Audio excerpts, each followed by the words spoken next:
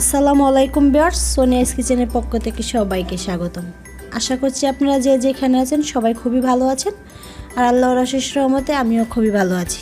মিষ্টি খাবার আমরা কম বেশি সবাই খুব পছন্দ করে থাকি, আর আমরা যারা মিষ্টি খাবার পছন্দ করি তাদের জন্য আমি আজকে আবারও নতুন একটি রেসিপি নিয়ে হাজির হয়ে গেলাম। আর আমাদের আজকের রেসিপি হলো গাজরের পায়েস। তো ভিউয়ার্স, আর অপেক্ষা কেন, চলুন চলে যাচ্ছি আমরা গাজরের মূল রেসিপিতে।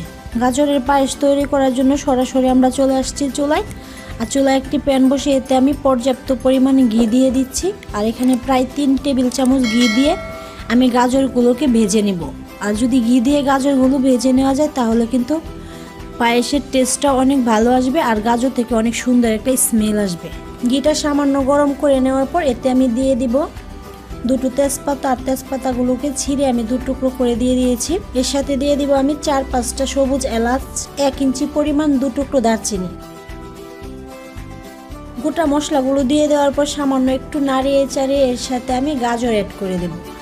আর আমি আপনাদেরকে দেখিয়ে দিচ্ছি যে আমি গাজরগুলোকে কীরকমভাবে ব্লেড করে নিয়েছি। আমি এখানে প্রায় 200 গ্রামের মতো গাজর নিয়ে গাজরগুলোকে ব্লেডারের চিকন অংশটা দিয়ে ব্লেড করে নিয়েছি।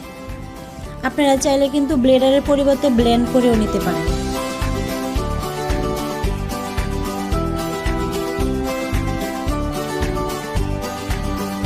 গাজরগুলো দিয়ে দেওয়ার পর এবার এগুলোকে একটু ভালোভাবে নাড়িয়ে চাড়িয়ে ঘিয়ের সাথে মিশিয়ে নিতে হবে, যাতে পুরাটা গাজরে ভালোভাবে ঘিটা লেগে যায়। আর এই অবস্থায় আমি চুলাটাকে মিডিয়াম হিটে দিয়ে গাজরগুলোকে ভেজে নেব 3 থেকে 4 মিনিট। চুলাটাকে কিন্তু মিডিয়াম হিটে দিয়ে ভাজতে হবে। যদি চুলার আঁচটা এর চাইতে বাড়াতে যান তাহলে কিন্তু গাজরগুলো নিচ দিয়ে পুড়ে যাবে আর উপর দিয়ে কাঁচাই থেকে যাবে। তাই অবশ্যই চেষ্টা করবেন যাতে চুলার আঁচটা কিছুটা কমিয়ে গাজরগুলোকে ভেজে নেওয়া যায়। 3-4 মিনিট গাজরগুলোকে ভেজে নেওয়ার পর গাজরগুলো কিন্তু সামান্য নরম হয়ে গিয়েছে, আর গাজরগুলো কিন্তু অনেকটাই মিশে গিয়েছে। এবার এতে আমি অ্যাড করে দেব দুধ। আর এখানে আমি 200 গ্রামের মতো গাজর নিয়েছিলাম, আর 200 গ্রাম গাজরের জন্য আমি এখানে প্রায় 4 কাপের মতো দুধ অ্যাড করছি।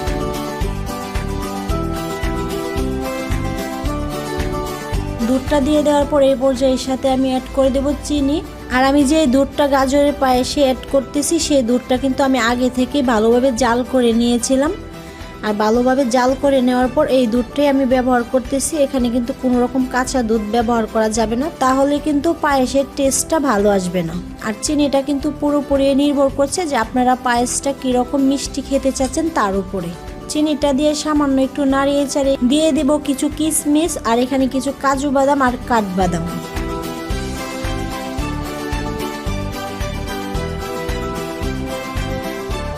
বাদামগুলো দিয়ে সামান্য একটু নাড়িয়ে চাড়িয়ে এতে আমি অ্যাড করে দিব লবণ। আর লবণটা কিন্তু যে কোনো মিষ্টি খাবারের স্বাদটাকে আরও দ্বিগুণ করে দেয়, তাই চেষ্টা করবেন যাতে লবণটা অ্যাড করে দেওয়া যায়। লবণ আর কিশমিশগুলো দিয়ে দেওয়ার পর এটাকে আবারও আলতো হাতে নাড়িয়ে ঢাকনা দিয়ে চুলাটাকে মিডিয়াম টু লোর মাঝামাঝি রেখে রান্না করে নেব 10 থেকে 12 মিনিট।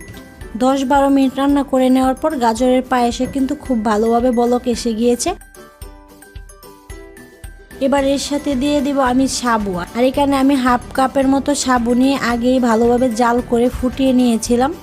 আর ফুটিয়ে সাবুগুলোকে একটু ঠান্ডা পানি দিয়ে ভালোভাবে ধুয়ে রেখেছিলাম।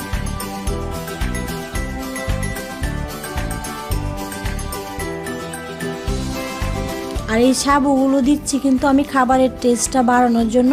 সাবু দেওয়াতে আমাদের খাবারের টেস্টটাও যেমন বাড়বে আর দেখতেও কিন্তু খুবই লোভনীয় লাগবে। ছাবুগুলো দিয়ে দেওয়ার পর একটু ভালোভাবে নাড়িয়ে চাড়িয়ে ছাবুগুলো কিন্তু গাজরের সাথে ভালোভাবে মিশিয়ে নিতে হবে, কারণ ছাবু কিন্তু জাল দেওয়ার পর এমনিতেই দলা পাকিয়ে যায়।